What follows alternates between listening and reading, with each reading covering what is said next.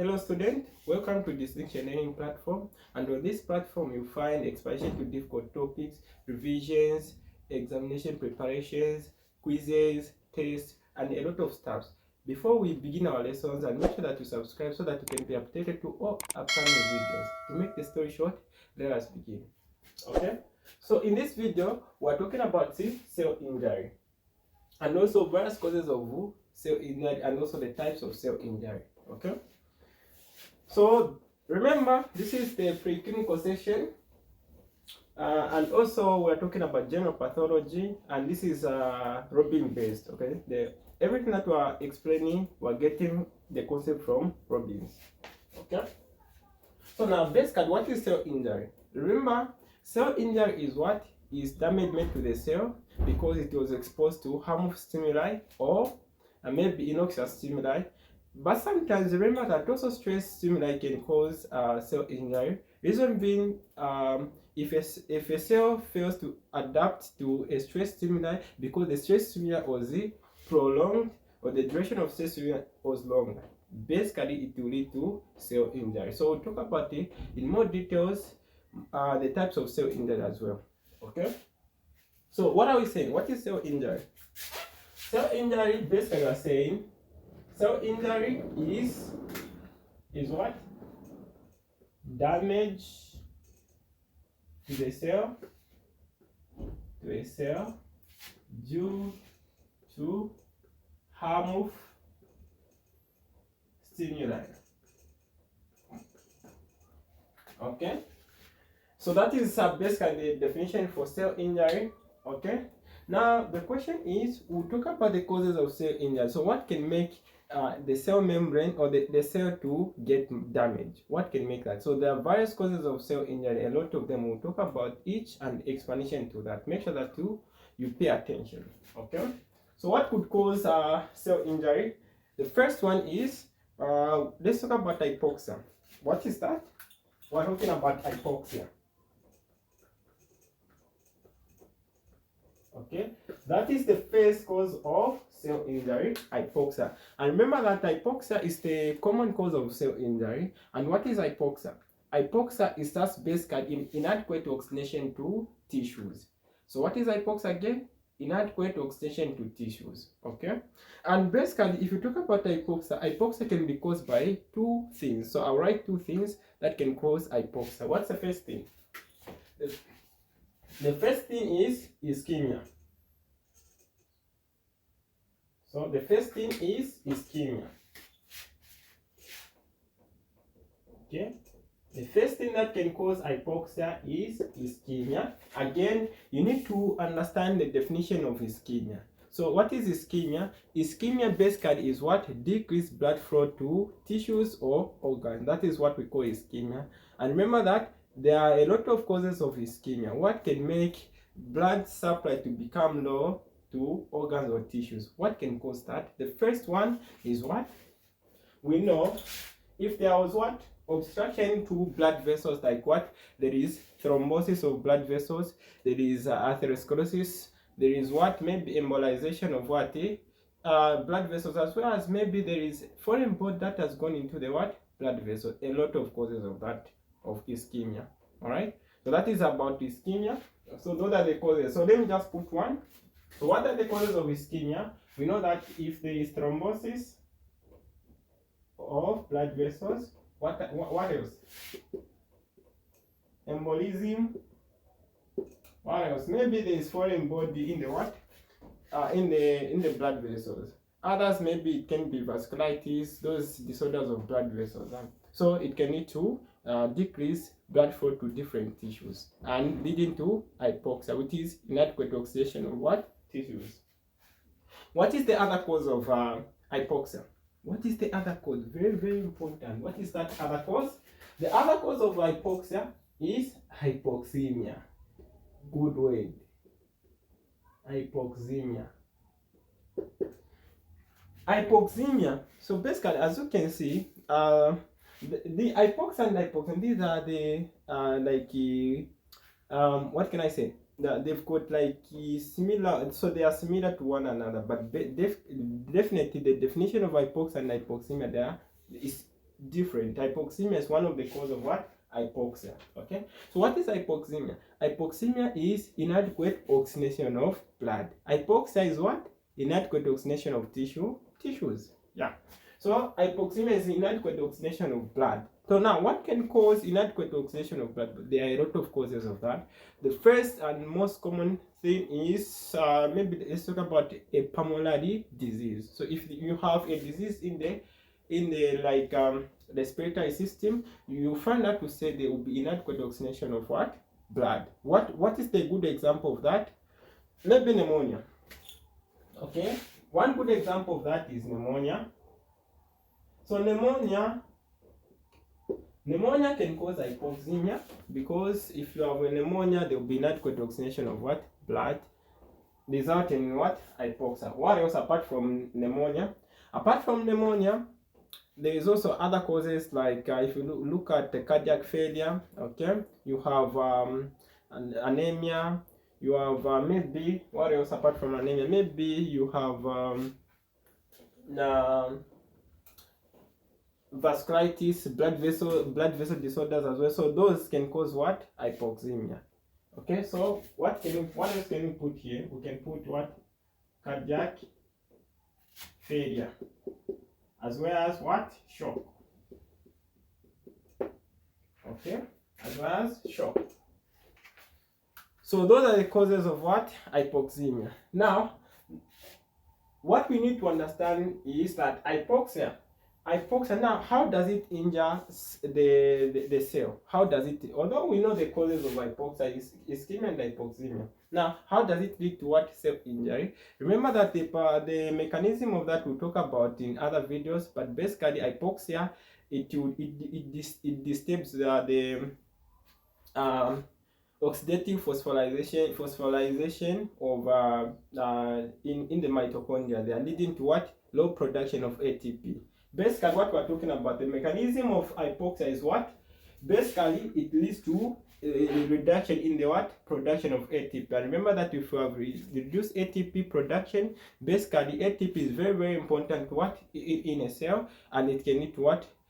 Failure of different pumps in a cell, and leading to what? Cell injury. Okay, so that's the first cause of what? Cell injury, which is hypoxia. What is the other cause? Let's talk about that. What is the other cause? Let's talk about the physical agents. Physical agents. Very, very important point. Physical agents. So what are those physical agents? So physical agents can be further categorized into different categories. Okay. So like, let's talk about the mechanical trauma. The first one is mechanical trauma. Mechanical trauma. So mechanical trauma can injure a cell directly.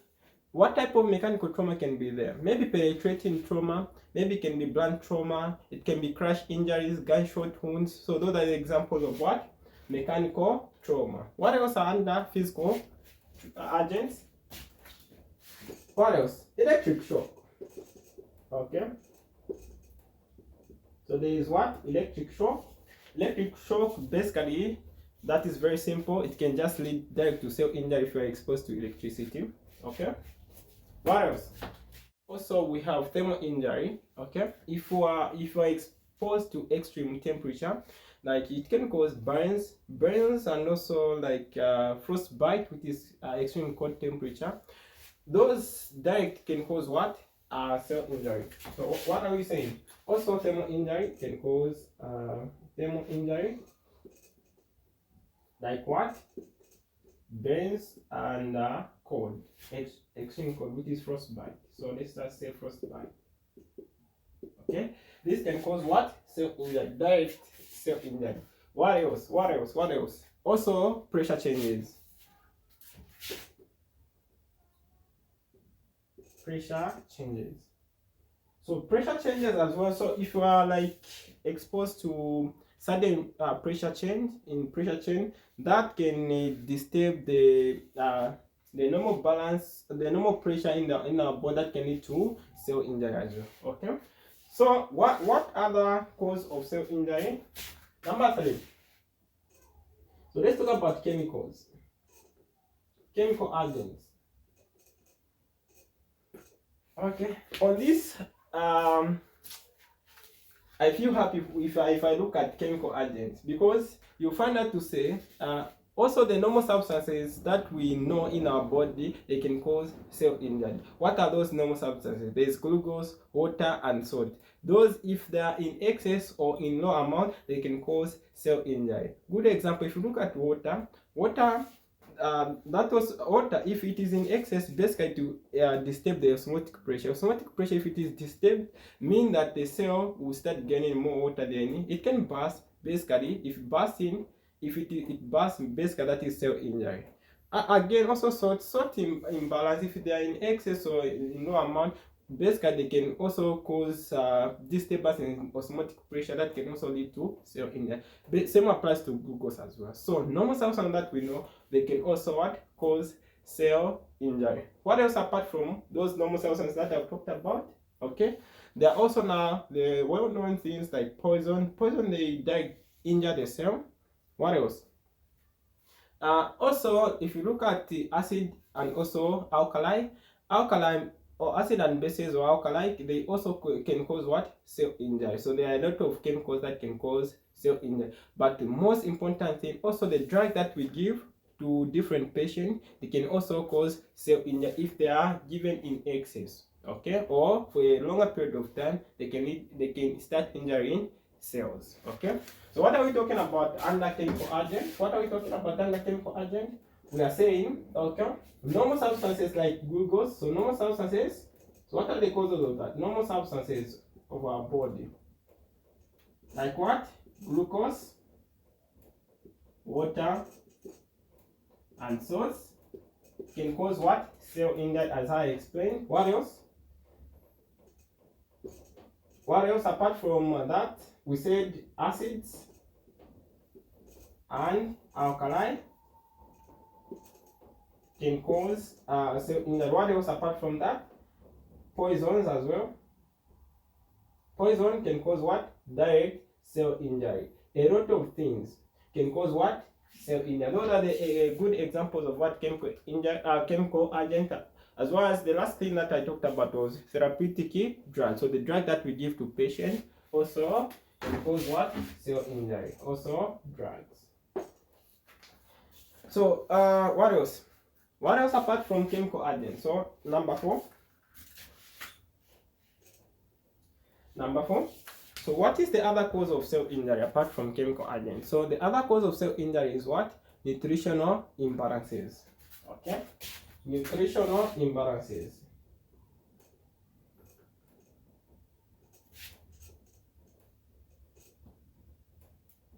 So what is the other cause of cell injury? Remember, nutritional imbalance is one of the major cause of cell injury. Remember that hypoxia, I said it is the most common cause of what? The most common cause of cell injury, but the major cause of cell injury, either in developing country or underdeveloped countries, the major cause of cell injury is nutritional imbalances. Now, what are the categories of nutritional imbalances? So, nutrition can be deficient nutritional diseases or disorders, or can be excess of food or excess of nutrients in the body. Those two categories can cause cell injury. So if you talk about deficient nutrients in the body, let's talk about if you are lacking vitamins, if you are maybe lacking some certain proteins like the PEM, protein energy malnutrition. So PEM, one of the major cause of what? Cell injury. Okay. So what are we talking about? Under nutritional imbalance, what are those two categories? There's deficiency, okay, deficiency, okay, and also excess, okay. So deficiency, what is a good example is protein energy malnutrition or protein calorie. That's the other name, calorie malnutrition. Okay, that's a good example under deficiency, but there are a lot. Also iron deficient anemia, those are under deficient deficient nutritional diseases. In excess, good example that I can give in, if you are obtaining nutrient in excess, they predispose to different diseases that we know. Like someone who is obese, basically those they take nutrient in excess, they are predisposed to a disease, different disease like diabetes mellitus, which is type 2. They are predisposed to that. Also, cancer can predispose to that when someone is having excess nutrients. So what I say, excess can predispose someone to have diabetes mellitus, and also maybe some various types of cancers. Okay, so that's under nutritional imbalances. What else? Okay, what else from nutritional imbalances? What else? So let's use this. What else? Okay, what else? Number 5. What else? Number 5, let's talk about the genetic factors. Genetic factors. Okay. So also genetic factors can cause cell injury. Okay. What are those? Again, 2 categories as usual. So the first one is what? Let's talk about because if you talk about genetics, basically you're talking about the way genes are transferred to what offsprings. Okay, so if you talk about genes, there is what we call chromosomes. So we'll start talking about chromosomal level up to the gene level. What are those diseases? Okay, if you talk about chromosomal level, the good example that I can give under that is trisomy 21, which is Down syndrome. Okay, Down syndrome can cause cell injury. Okay, so what are we saying? So the first one is what? The under chromosomal disorder, which is what? Down syndrome or trisomy 21. Down syndrome or trisomy 21. This can cause what? Cell injury. So this is under chromosomal abnormalities. Then what else? Number 2, if you talk about under the gene, if you look at the gene there are some also disorders that can affect a gene. What are those? If you look at sickle cell anemia, okay, what's a good example? Sickle cell anemia. Sickle cell anemia. So sickle cell anemia can cause what? Can cause cell injury as usual. Remember that sickle cell anemia, there is what? There is a substitution of a certain nucleotide. Basically, there will be a mutation in a certain gene. Okay, so that's under sickle cell anemia. So, but there are a lot of diseases that can affect genes and that can lead to what? Cell injury. Okay, so that's number 5. That is genetic factors. What else? Number 6. Number 6. Number 6 is what? Remember that now number 6 is aging. Aging.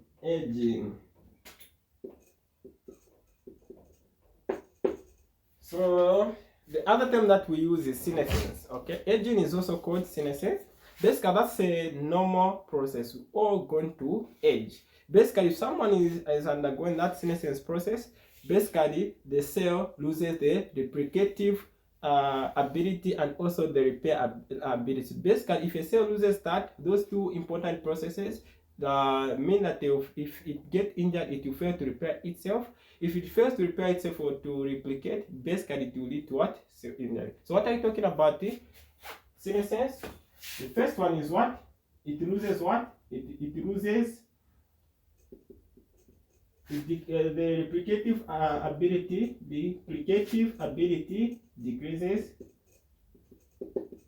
Ability decreases. What else? And also the repair ability decreases. So we'll talk about aging in more details in the next lessons. Okay, so that's about aging.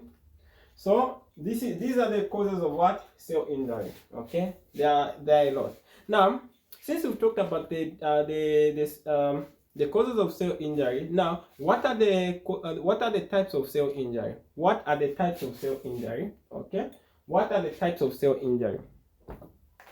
What are the types of cell injury? So basically, there are 2 types of cell injury. there's what we call reversible cell injury and the irreversible cell injury. So what are we saying? How many types of cell injury do we know? So the types of cell injury, what are we saying? There are two. The first one is, what is the first one? The first one is reversible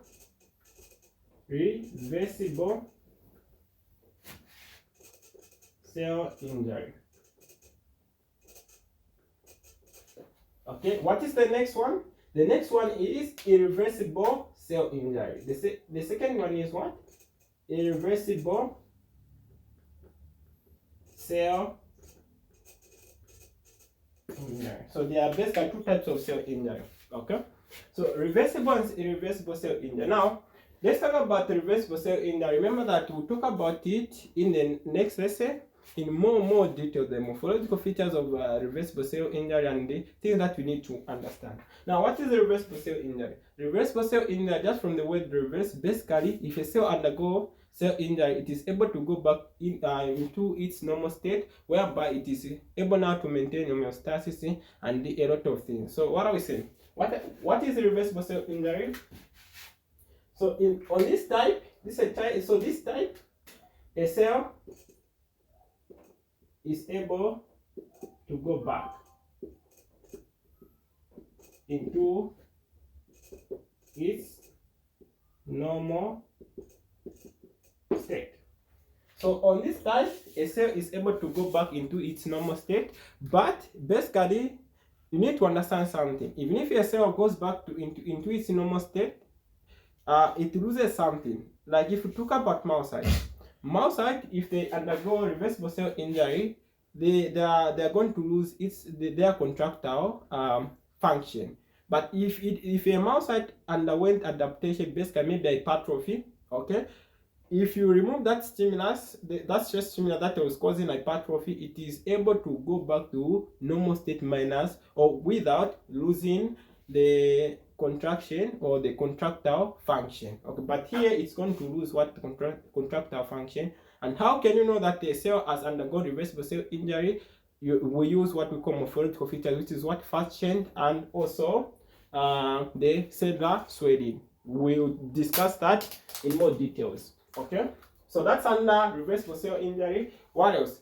Irreversible cell injury. What is irreversible cell injury? Now, irreversible cell injury is a type of cell injury where, if you look at the cell now, if the harmful stimuli, innocuous stimuli was introduced to the cell and it was so severe and progressive, then it will lead to what? Cell death. Basically, irreversible cell injury leads to what? Cell death. Okay. So a cell can't go back into its normal state, but a cell will undergo. So under this, a cell will undergo cell death. Okay. So under this category, a cell now will undergo cell death, but the dying of the cell, it is of two types as well. So there is what we call necrosis and the apoptosis. Very important. Okay. So how many types of cell death are there? There are two types of cell death. There is what? The first one is what? So types of cell death. So types of cell death. What's the first one? The first one is what? The first one we know that is necrosis. The second one is what? Apoptosis. Okay. So again, necrosis and apoptosis, we'll talk about it in more details under irreversible cell injury. But if you look at necrosis, okay, necrosis, this is an regulated type of cell death where there is always inflammation. So an inflammatory response will be there. And remember that a necrosis process is always pathological. It can't be normal, it can't be physiological. It is always a pathological process. And basically, this is the common type of what? Cell death.